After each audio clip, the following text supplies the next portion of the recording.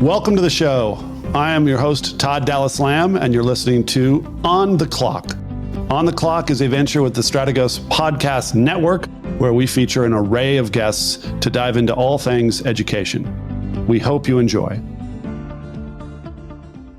Welcome back to On the Clock. I am your host, Todd Dallas Lamb, and my guest today is Alvin Crawford. He is the Chief Revenue Officer for Revolution Foods. Alvin, thank you so much for being on the show. I really appreciate it. I know you're out in California this morning, so it's an early morning. Thank you for waking up and being ready. It's a pleasure to be here, Todd. Thank you for having me. Well, today our topic is one of my favorite topics, generally speaking, and that is the topic of food. And we're going to talk about how it relates to K-12 education and how Revolution Foods is playing a new exciting role. I see on your website you guys proudly boast of serving over 500 meals to students across the country. That is a good bit of grub you guys are dishing out to students in your regions for Revolution Foods. Talk about that a little bit.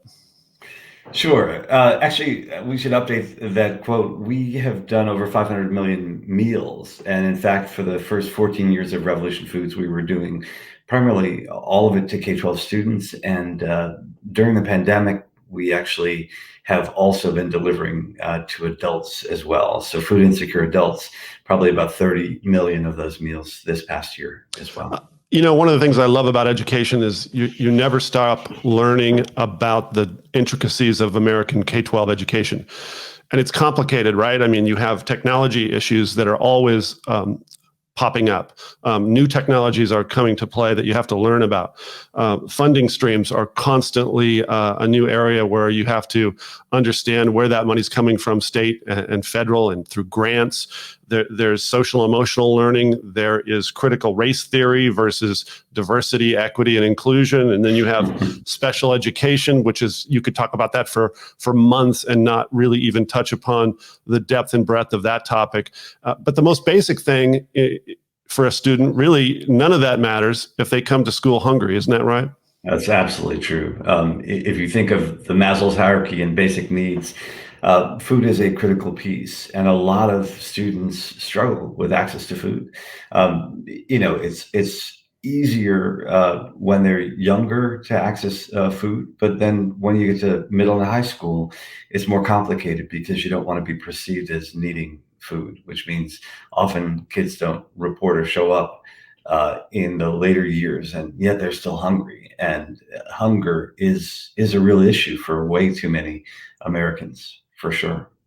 You know, I always talk about on this podcast, our first glimpse at American education on TV in the 70s was Little House on the Prairie, and the girls would show up with I think they had a bucket of food that they would take to school, and they would go home at 3 and probably eat and go do chores and stuff. And that's sort of the way the American education system sort of started. We're still on the same calendar, but when did we start feeding students? I think the first thing we started doing was lunch. And then I believe in my time growing up, there were the debates about breakfast in the morning for students as well. How did we get to where we are in American education with regards to deciding on providing meals?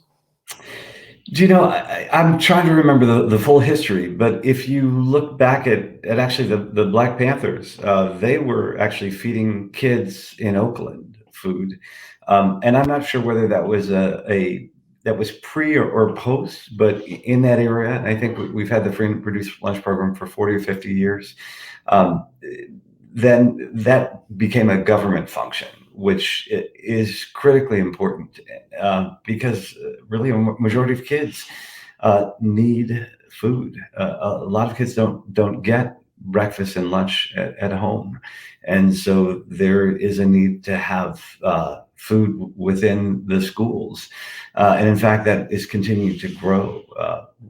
They've just expanded school lunch programs down 2 grades to the early pre-K, and then expanded it into community colleges. So we continue to expand the access that's needed for food. And in fact, during the pandemic, what became clear that I think we already knew was that food insecurity is incredibly high. In fact, 50% of families of color have had to make a decision as to whether to eat food or to get food for their kids or to pay a bill in the past week that the study was done. And so if you think about how many people lack access to food and how that impacts kids who are trying to learn, it's sad and incredibly powerful. One of the things that I learned about food and its role in the K-12 system this last summer was that a school that I work with in Annapolis, they were not shutting down during the summertime. They realized that the food needs of their families was such that they had to open up the school to deliver food, and literally because there's such a broad range of within the district that they pull from. They were going to little regional locations and handing out food every single day during the summer when they were not in operation, either because they just weren't because it was the summer or because everybody was shut down because of COVID. I really opened my eyes to the role that these schools are now playing with regards to that most basic need. Well, honestly, during the pandemic, it became incredibly clear that access to food was really a school function. And so I think they say that less than 20% of the kids who are on free and reduced lunch are fed food during summertime. And so right now, with a lot of the waivers that have happened since the pandemic, they were pushing more and more for kids to have access to food. And in fact, the Biden administration increased benefits for families with something called SNAP EBT. So there's also putting money on cards to have parents go get food as well. So it is a real important part of the fabric of this country, which is making sure that people eat. So before we dive into Revolution Foods, how good is the food that these kids are getting in the free and reduced lunch program? I don't need you to give me, minutia here, but just generally speaking, it's never been something that we've been really bragged about in America, how good the food we serve in schools is. The reality with K-12 food, just like any other large financial pot of money, is that there are a lot of people biting at it. So there is a tendency to have really unhealthy processed food within school systems. And in fact, that was the start of Revolution Foods was two moms that just said, we need better, healthier food for kids. And so there are a lot of school systems that don't focus on quality of food. They just focus on getting food out. And that is unfortunate because, as we saw with the pandemic, what you eat matters. And so the comorbidities and the food insecurity was the illness was driven by folks who had comorbidities like diabetes and overweight. Those are things that we can fix if we have better access to food. Well, I haven't heard a lot of our brave politicians from either party talking about the need for nutrition. I think that is a wide open space for any leader who wants to talk about how we can improve on what we eat, because as you just mentioned, it really was the number one indicator of who suffered the most during the pandemic. Well, I will say that there was recently a bill that was put on the floor. It was put on by Bernie Sanders, and it was about healthy food. And so under the Obama administration, Michelle Obama led the Healthy, Hungry, Free Kids Act, which gave a higher reimbursement for healthier food. That still exists, but I think the push of this latest legislation was to add significant dollars for any school districts that were putting healthier food on the table for kids. So you mentioned your two founders, two moms who just basically thought there had to be a better way. Tell me a little bit about the founding of the foundation. So what's incredible, and we have two incredible founders, Kristen and Kier, who both were at Berkeley in business school, and there they both had this idea. They'd both done trips to Africa, volunteering, and both recognized the importance of food and how bad food was in K-12. And so they were somehow connected together during kind of business planning, and then they came up with Revolution Foods, raised some money. But the important thing for them was that everyone should have access to healthy food. And in K-12, it just felt like it was a shame that kids were getting food, but not healthy food. So their push and our mission is really all about making sure that people have healthy, culturally responsive food. So where are you located? So the headquarters is in Oakland. We've got about 8 culinary centers across the country, and really probably serve about, through our trucks and distribution, about 65% of families in the country. Now, that doesn't mean we serve all 65, but we drive by.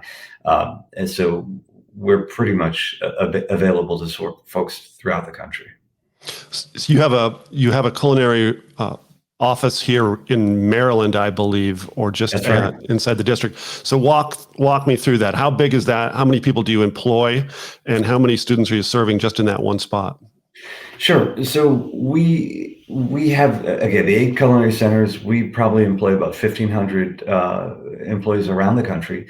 Actually, we were rated by Michael Porter as being one of the top inner city job creators 2 years in a row. So we do a lot of work in the community. In fact, a lot of our employees have kids in the systems that we serve. And on an annual basis, we probably do about 65 million meals. How that translates to the number of kids, not exactly sure of the specific number, Right. but we're serving about 4,400 schools around the country. And are districts reaching out to you, or you're reaching out to them, or perhaps it's both? Well, I'll say as Chief Revenue Officer, I'd say it would be great if districts would just pick up the phone and call us. We do get inbound, but we also go outbound as well. I mean, the reality is that we started in the charter school space and have grown out from there. Actually, in Boston, the parents reached out and said, we need better food. And so it tends to be a combination of superintendents that really care about kids, food service directors who know the importance of eating healthy, and parents and teachers who hear about healthy food and want something better than what's happening in the school system. You mentioned that the food is culturally aligned. Talk about how that works. I love this aspect of what you do. Sure. There are a couple of different angles that you think about. First of all, if you're creating an environment that's safe and loving, you really need to help kids relate to their experience. And so we, as part of the way that we do food and create it, is that we have something called Project Crave. Our chefs actually go out to schools and ask kids what they eat, what do they eat at home, what do they like to eat, and then we come back with dishes that they can relate to. So in Mattapan, which is part of Boston, we worked with kids to create a jerk chicken with pineapple carrot rice that they love. We actually built a soy chorizo a meat patty as well, something that was done there. We've got pupusas. We have a Mongolian beef.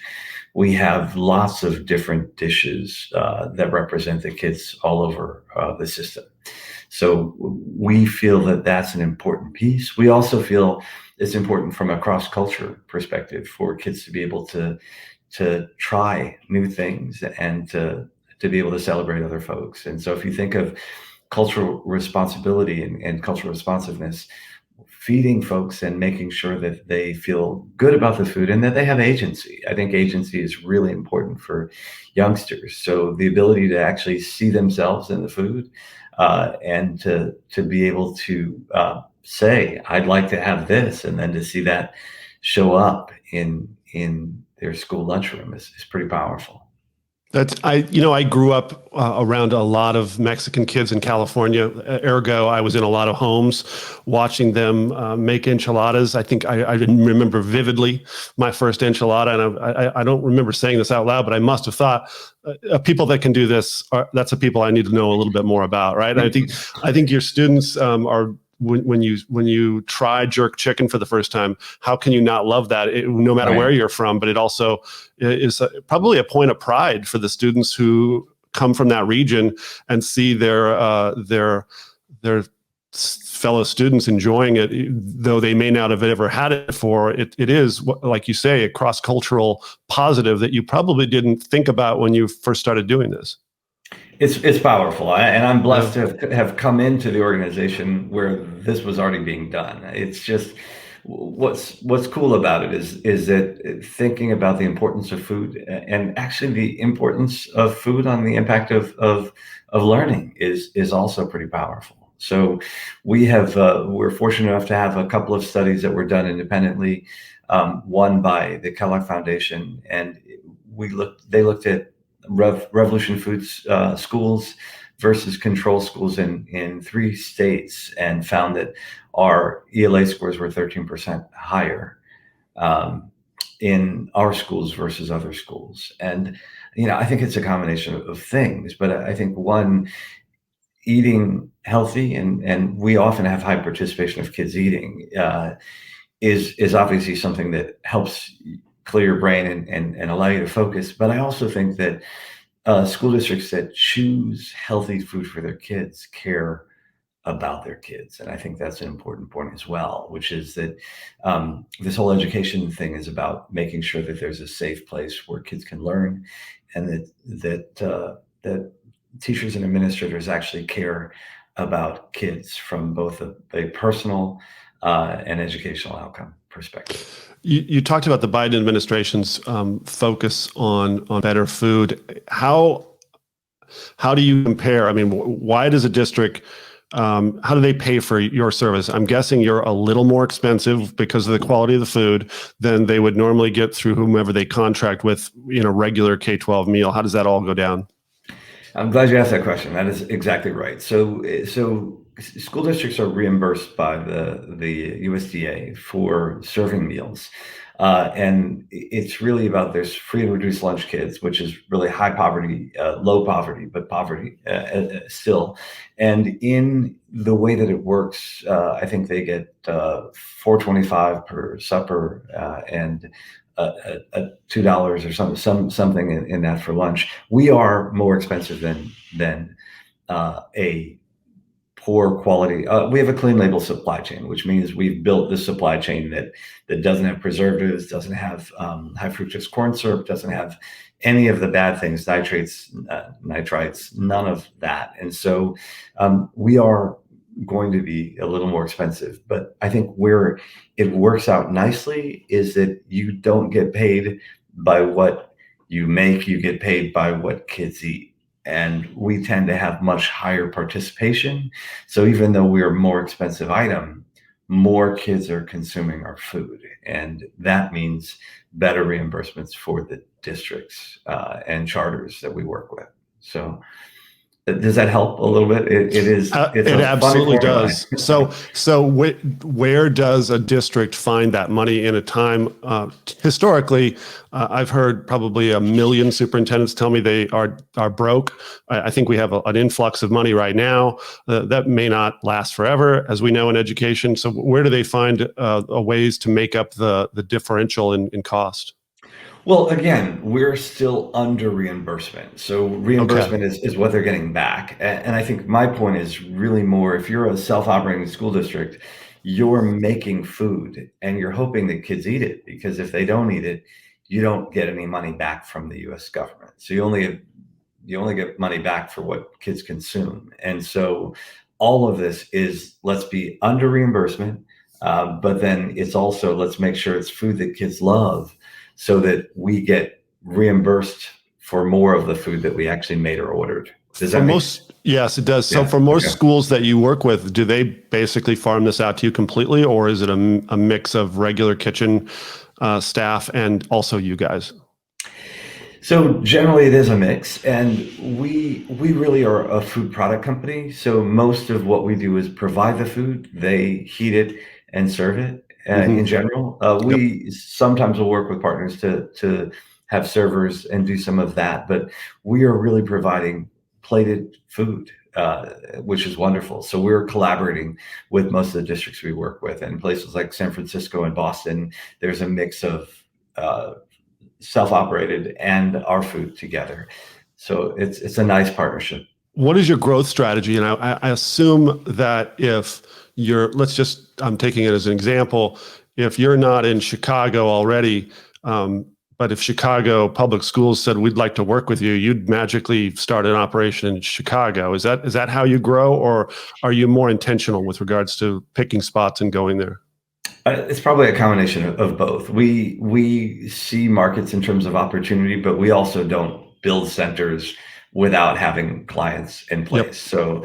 So we do a little bit of both. And I will actually tell you that this past year with the pandemic, we grew in different ways. So obviously we served lots of kids during the pandemic by doing box meals that are sent home to kids throughout the country. But we also recognized during the pandemic that there were a lot of adults that weren't eating and certainly weren't eating healthy as well. And so we actually have served about 30 million adult meals since the pandemic and continue to serve both adults and children. So adults that are food insecure, for example, in Alameda County, right outside of Oakland, where Oakland is, we're actually delivering meals to parents as they pick up meals for their kids as well.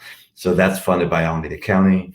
And obviously Oakland Unified is providing the K-12 meals. So it's just fascinating, one, how important and how the need is so big for better, healthier food. If you think about a lot of impoverished communities, it's hard to get fresh fruit and vegetables if you're living in a food desert. So we're there to help out. And certainly if you go to a Whole Foods, you can buy fruit and vegetables, but you got to get there and then you're going to pay a lot of money for it. So getting access to high quality fruit and vegetables and healthy food is a really important thing around the country. And are you a proper foundation? Do you receive foundational grants? How do you go about that part of the business? So we're a for-profit business where we say no margin, no mission. But there are a lot of folks we work with that create grants. We work with a fund called through Multiplier, but it's a fund where people who want to give money to feed families can certainly give there, and we are the recipient of those dollars to provide food. And we worked a lot with World Central Kitchen and Jose Andres at the beginning of the pandemic to feed a lot of families around the country as well. So we work with a lot of people. I think our sphere is about serving kids and families. We just happen to be a B Corp in doing that. But so that's a mission-driven company. But we're partnering with lots of people who are trying to solve problems like we are. Well, Alvin, we try to share this with as many superintendents around the country. I suppose that we are going to hit upon a few that would like to know more. How would folks get a hold of you if they need to get a hold of you and the folks at Revolution Foods? Sure. My email is pretty simple. It's A Crawford, just like Joan or Cindy, at revolutionfoods.com. So they can always reach out to me on email. I'm also on Twitter at Alvin Crawford, but happy to share what I know. And we're about serving kids. So thank you. Thank you, Alvin. You are now off the clock. I really appreciate you being on the show. We'll talk soon. You got it, Todd. Thank you. Thank you. Soon. Thanks for having me. Yep. If you want to learn more about the show, please visit www.strategosgroup.com. Please consider subscribing on your podcast streaming platform so you don't miss out on our next episode. And until next time, I'm Todd Dallas Lamb, signing off.